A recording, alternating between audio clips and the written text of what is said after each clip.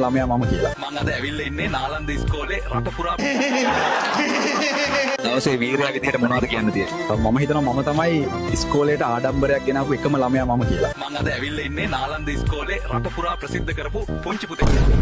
එයාගේ මේ විශේෂ දක්ෂතාව ගැන අපි එයාගෙන් මහමු. ඇත්තටම මම මෙතෙන්ට එන්න ගොඩක් මහන්සි වුණා. හැමදාම ඉස්කෝලේ ගියා. දන්නේ නැති දේවල් මැඩම්ලට වීඩියෝ කෝල් අරන් අහගත්තා. තව හැමදාම හිරිපොද වැස්ස නාට්‍යයක් බැලුවා. ඇත්තටම කෑල්ලක් ටෝක් කරගන්න බැරි කොල්ලෝ 1000ක් අතරේ මේ වගේ කොල්ලෝ තමයි සුපිරි කොල්ලෝ.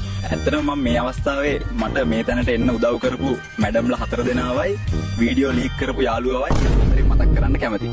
අපිට මේ පුංචි පුතාගෙන් ගන්න පුළුවන් ආදර්ශය තමයි try one day you can. බුදුසරණයි. ජය වේවා. මචං යාළුවෝ විශ්වාස කරලා ෆෝන් එකේ ලොක් එක නම් ඇරලා දෙන්න එපා. ඔහෙම වුණොත් උන් ඔබට අරිනවා. අපි ගැන ඔයාලා වැරදියට හිතන්න එපා. ඒක අපේ තරහකාරයෙක් කරපු වැඩක්. ඒක AI වීඩියෝ එකක්.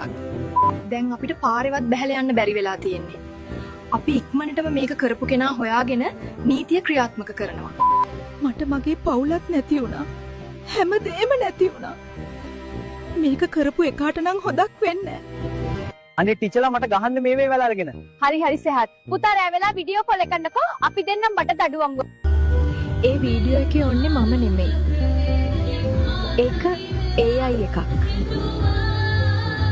චල්ලා ඔයාලට ඕනම ස්කූල් එකකට යන්න chance එක ලැබුණොත් මොකටද යන්න කැමති? මං යන්න කැමති නාලන්ද ඉස්කෝලට. මං යන්න කැමති නාලන්ද ඉස්කෝලේට. නාලන්ද ඉස්කෝලෙන් හම්බෙන අත්දැකීම් හරි වෙනස් බං.